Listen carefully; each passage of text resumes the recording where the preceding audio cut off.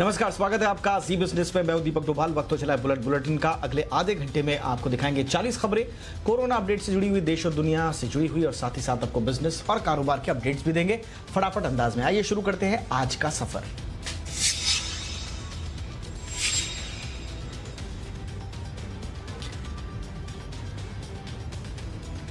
प्रधानमंत्री नरेंद्र मोदी ने आज आत्मनिर्भर अभियान के तहत निजी क्षेत्र के लिए 41 कोल ब्लॉक्स की नीलामी की प्रक्रिया शुरू की।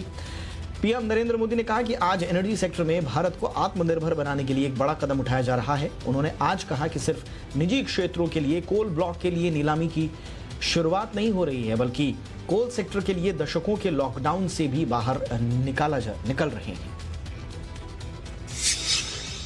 भारत ने कोल और माइनिंग के सेक्टर में कंपटीशन के लिए, कैपिटल के लिए, पार्टिसिपेशन और टेक्नोलॉजी के लिए पूरी तरह से खोलने का बहुत बड़ा फैसला लिया है। इसका भी ध्यान रखा गया है कि जो नए प्लेयर्स, प्राइवेट प्लेयर्स माइनिंग के क्षेत्र में आए, उन्हें फाइनेंस के कारण कोई दिक्कत ना हो।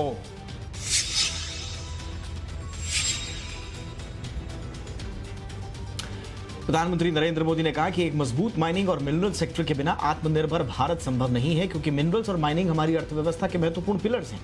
इन रिफॉर्म्स के बाद अब पूरा कोल सेक्टर भी एक प्रकार से आत्मनिर्भर हो पाएगा। प्रधानमंत्री ने कहा कि देश में कोयला सेक्टर में बड़े सुधारों की मांग दशकों से की जा रही है। अब सरकार के कदम से इस क्षेत्र में नया निवेश आएगा और लाखों नौकरियों के अवसर पैदा होंगे।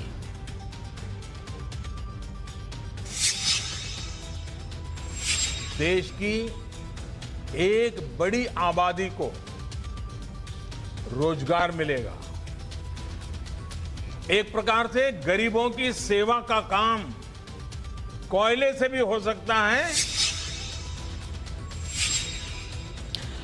भारत इस बड़ी आपदा को अवसर में बदलेगा, प्रधानमंत्री नरेंद्र मोदी का यह कहना है। प्रधानमंत्री नरेंद्र मोदी ने कहा कि देश में 16 जिले ऐसे हैं जहां कोयले के बड़े बड़े भंडार हैं, लेकिन इनका लाभ वहां के लोगों को उतना नहीं हुआ जितना होना चाहिए था।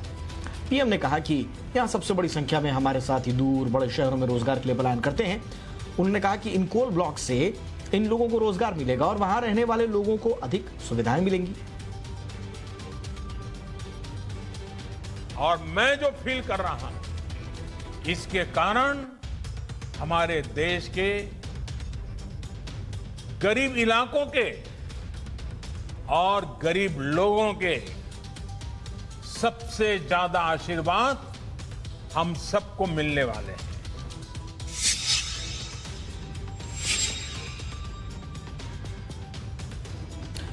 कोरोना संकट काल में अपने घरों को लौटे प्रवासी मजदूरों के लिए अच्छी खबर है। केंद्र सरकार एक खास अभियान शुरू करने जा रही है।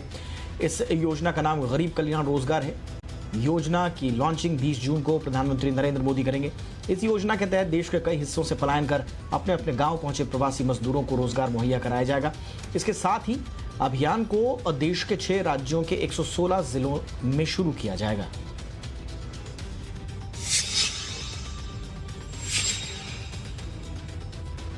भारत और चीन के बीच जारी तनातनी के बीच दोनों देशों के विदेश मंत्रियों ने फोन पर बात की है। विदेश मंत्रालय के मुताबिक चीनी पक्ष ने भारतीय सीमा में ढांचा खड़ा करना चाहा, जो विवाद का आधार बना। विदेश मंत्रालय ने इसे चीनी पक्ष की ओर से अपूर्व नियोजित कार्रवाई बताया है। मंत्रालय के मुताबिक इसकी वजह से हिंसा भड़की और कई लोग हताहत हुए। विदेश मंत्रालय ने कहा कि अभूतपूर्व घटना का द्विपक्षीय संबंधों पर गंभीर असर पड़ेगा।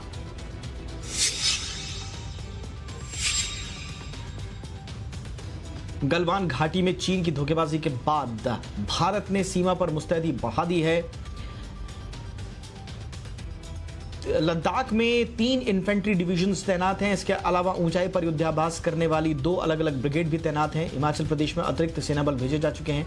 उत्तराखंड में गढ़वाल और कुमाऊं सेक्टर में सैन्य बल बढ़ा दिए गए हैं। उत्तरकाशी के चिनाली सौड़ में एयरफोर्स ने हवाई पट्टी को एक्टिव कर दिया है। जम्मू कश्मीर, लद्दाख, हिमाचल प्रदेश और उत्तरी में जो आर्मी कमांड है उसमें 34,000 भारतीय सैनिक फिलहाल तैनात हैं।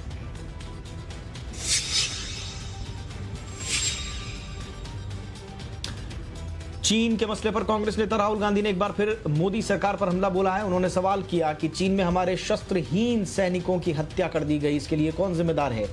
राहुल गांधी ने कहा कि चीन ने हिंदुस्तान के शस्त्रहीन सैनिकों की हत्या करके बड़ा अपराध किया है। वीरों के बिना हथियारों के खतरे की ओर किसने भेजा, क्यों भेजा, आखिर कौन जिम्मेदार है।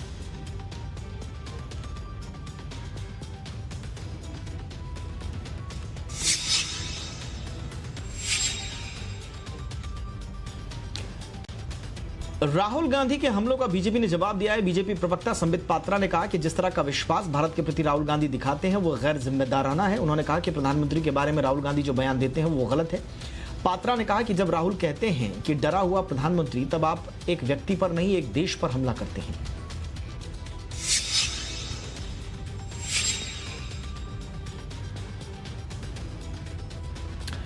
राज्यसभा चुनाव के पहले गुजरात में सियासी हलचल पूरे जोर पर है। सुप्रीम कोर्ट ने आज गुजरात में राज्यसभा चुनाव पर रोक लगाने से इनकार कर दिया है। सुप्रीम कोर्ट ने कांग्रेस नेता परेश धनानी की याचिका पर सुनवाई की और आदेश देने से इनकार कर दिया। कोर्ट ने कहा कि हम चुनाव नहीं रोकेंगे। सुप्रीम कोर्ट ने इस मामले की सुनवाई अब 4 हफ्ते बाद होगी। हालांकि सुप्रीम कोर्ट ने इस मामले में चुनाव आयोग को नोटिस जारी किया है। धनानी ने पोस्टल बैलेट के जरिए वोटिंग को चुनौती दी है।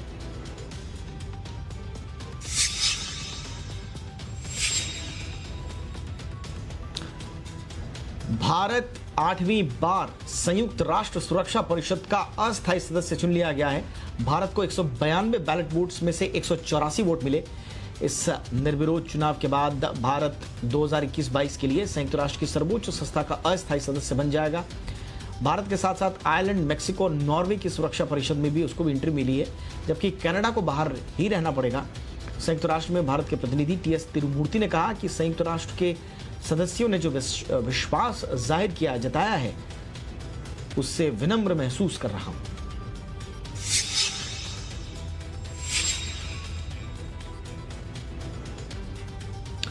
बात बाजार और कारोबार की। वीकली एक्सपायरी के दिन आज बाजार में जोरदार बढ़त देखने को मिली। निफ्टी आज 10,000 के पार बंद होने में कामयाब रहा। बाजार में आज पूरे दिन भारी उतार चढ़ाव के साथ कारोबार हुआ। सेंसेक्स में निचले स्तर से 800 अंकों की रिकवरी देखने को मिली। अंत में सेंसेक्स 700 अंक और निफ्टी 2010 अंकों की तेजी के साथ बंद हुए। सुप्रीम कोर्ट में एजीआर पर सुनवाई के बाद बैंकिंग और फाइनेंशियल शेयरों ने रफ्तार पकड़ी, जिससे बाजार को मजबूती मिली।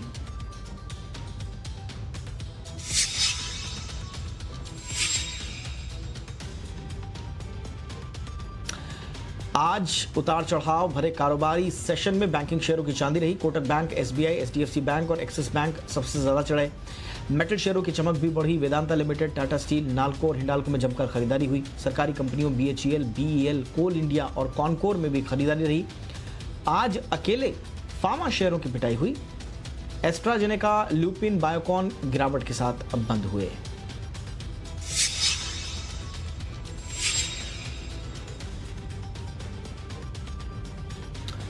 डॉलर के मुकाबले रुपया आज भी फ्लैट बंद हुआ है। हालांकि रुपए की शुरुआत गिरावट के साथ हुई थी, लेकिन बाद में इसमें हल्की मजबूती आई। रुपया आज 76.17 के लेवल पर खुला था।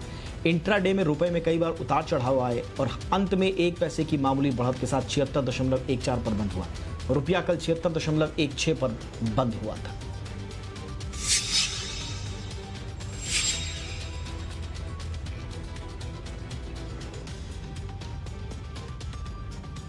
इसके अलावा अगर हम बात करें तो रिलायंस के जियो प्लेटफॉर्म पर एक और बड़ा निवेश हुआ है। जियो ने सऊदी अरब के पब्लिक इन्वेस्टमेंट फंड से 11,367 करोड़ रुपए जुटाए हैं। इस रकम के जरिए कंपनी को जियो में 2.32% हिस्सा मिलेगा। जियो को 9 हफ्तों के दौरान ही अपनी 24.7% हिस्सेदारी के बदले अब तक 1,15,693 करोड़ रुपए का निवेश मिल चुका है। पीआईएफ जियो में निवेश करने वाला 11वां निवेशक है।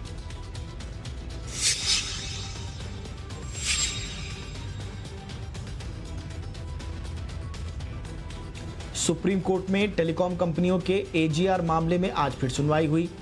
सुनवाई के दौरान केंद्र सरकार ने कोर्ट को बताया कि सरकारी कंपनियों से एजीआर की मांग का आदेश वापस लिया गया है। केंद्र के मुताबिक पीएसयू से 3.7 लाख करोड़ रुपए के बिल वापस लिए गए हैं। पिछली सुनवाई में सुप्रीम कोर्ट ने पीएसयू से 4 लाख करोड़ रुपए की वसूली पर सरकार को फटकार लगाई थी। सुप्रीम कोर्ट में मामले की सुनवाई अब जुलाई के तीसरे हफ्ते तक टाल दी गई है।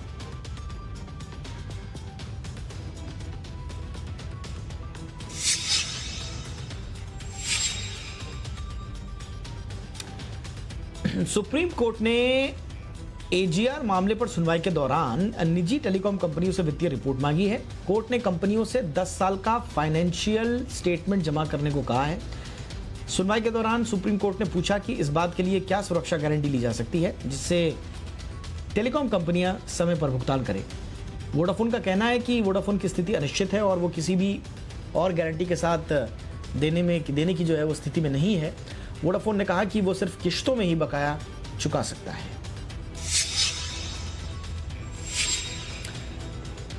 रेटिंग एजेंसी फिच रेटिंग्स ने भारत के ग्रोथ आउटलुक को नेगेटिव कर दिया है। इससे पहले फिच का आउटलुक स्टेबल था। हालांकि फिच ने भारत के लिए पहले की ही तरह इशूअर डिफॉल्ट रेटिंग BBB- कर रखी है। इससे पहले रेटिंग एजेंसी मूडीज ने भी ग्रोथ आउटलुक को घटा दिया था। एजेंसी ने एक बयान में कहा कि कोरोना वायरस महामारी की वजह से इस साल भारत की ग्रोथ आउटलुक कमजोर हुई है। भारत के सामने सरकार कर्ज की बड़ी चुनौती रहेगी और है।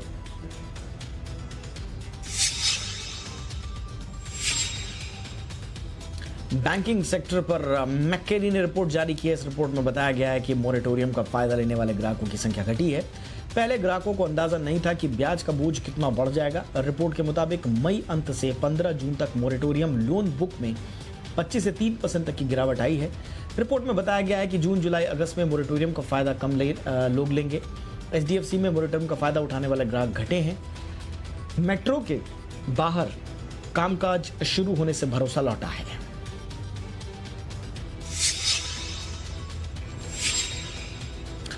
चीन के साथ बढ़ते तनाव के बीच भारतीय रेलवे ने बड़ा कदम उठाया है। भारतीय रेलवे ने 2016 में चीनी कंपनी के साथ हुए 471 करोड़ रुपए के करार को खत्म कर दिया है। इस करार के तहत 417 किलोमीटर लंबे रेल ट्रैक पर सिग्नल सिस्टम लगना था। रेलवे का कहना है कि DFCCIL, जो कि भारतीय रेलवे के अधीन है, उसने खराब प्रदर्शन के कारण चीनी कंपनी के साथ करार को खत्म किया है।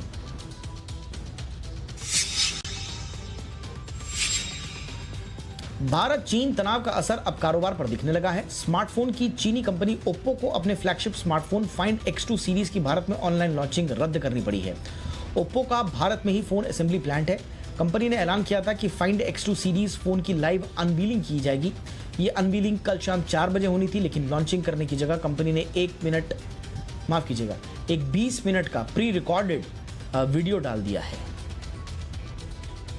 आइए देश और दुनिया की बाकी 20 खबरों पर एक नजर डालते हैं।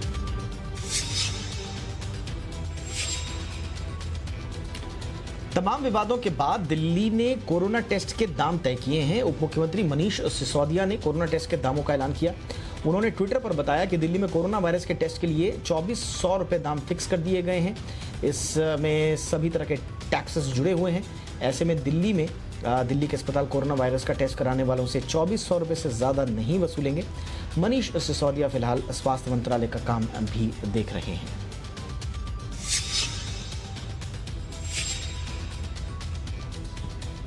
दिल्ली के अलावा हरियाणा, उत्तर प्रदेश के जिलों को भी एंटीजन किट उपलब्ध कराए जाएंगे।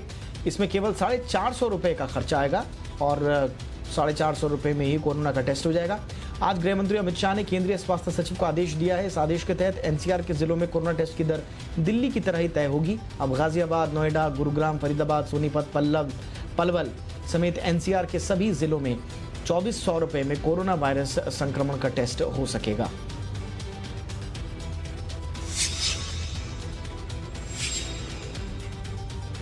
देश में कोरोना वायरस के मामले तेजी से बढ़ रहे हैं। देश में कोरोना में एक दिन में आए मामलों का नया रिकॉर्ड बन गया है। पिछले 24 घंटे में 12,882 नए कोरोना वायरस केसेस दर्ज किए गए हैं। अब कुल कोरोना वायरस केस बढ़कर 3,66,946 हो गए हैं। इसमें एक्टिव मामले 1,60,384 हैं। बीते 24 घंटे के भीतर 334 लोगों की जान गई है और अब तक ये 12,237 लोगों की मौत का कारण बन चुका है।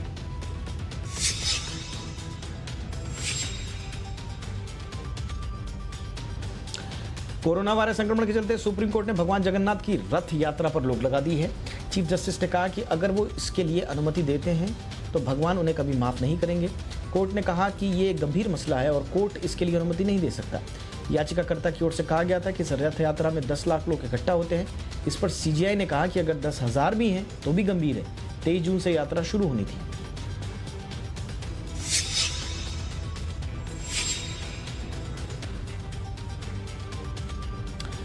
भारत की सुरक्षा एजेंसियों ने चीनी apps TikTok, hello, UC browser और जूम को देश के लिए खतरा बताया है।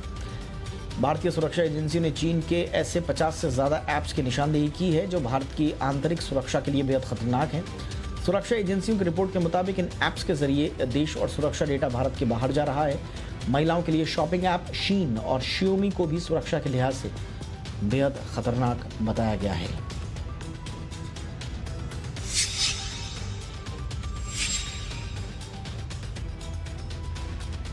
सैफ अली खान और रानी मुखर्जी की फिल्म बंटी और बबली 2 की शूटिंग अब बंद स्टूडियो में करने की तैयारी है। पहले फिल्म के इस खास हिस्से की शूटिंग अबू धाबी में होनी थी, लेकिन लॉकडाउन के कारण अब मेकर्स यश राज स्टूडियो में इस हिस्से को शूट करेंगे। फिल्म में इन दोनों के साथ सिद्धांत चतुर्वेदी और शर्वरी बाघ भी हैं।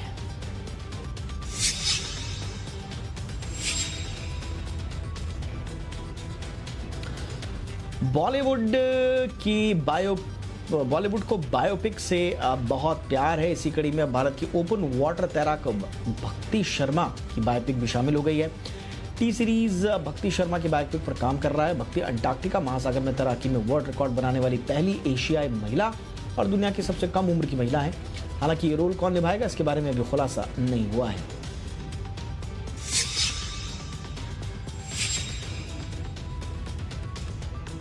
बॉलीवुड स्टार अभिषेक बच्चन अपने डिजिटल डेब्यू के लिए एकदम तैयार हैं। अभिषेक बच्चन की debut digital web series Breath Into the Shadows में एक्टर के फर्स्ट लुक से पर्दा हट गया है। इस लुक में गहरे अंधेरे में बैठे जूनियर भी दिख रहे हैं। उनके हाथ में गुमशुदा बच्चे का एक पैम्फलेट है। ब्रीथ का दूसरा सीजन 10 जुलाई से अमेजॉन पर स्ट्रीम होगा।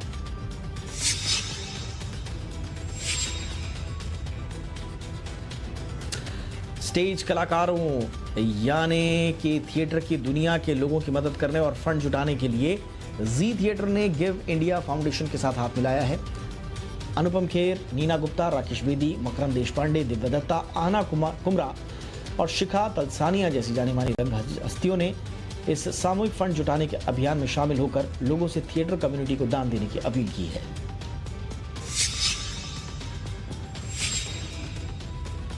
सुष्मिता सेन की वेब सीरीज आर्या का ट्रेलर रिलीज हो चुका है।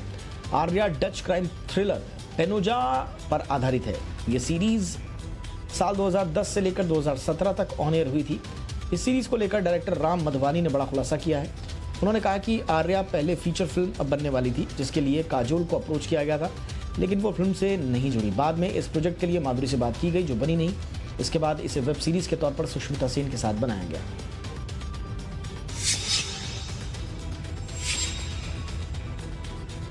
आईसीसी से नाराज बीसीसीआई के मौजूदा चेयरमैन शशांक मनोहर पर जानबूझकर टी20 वर्ल्ड कप के मुद्दे पर अपनी टांग अड़ाने का आरोप लगाया है।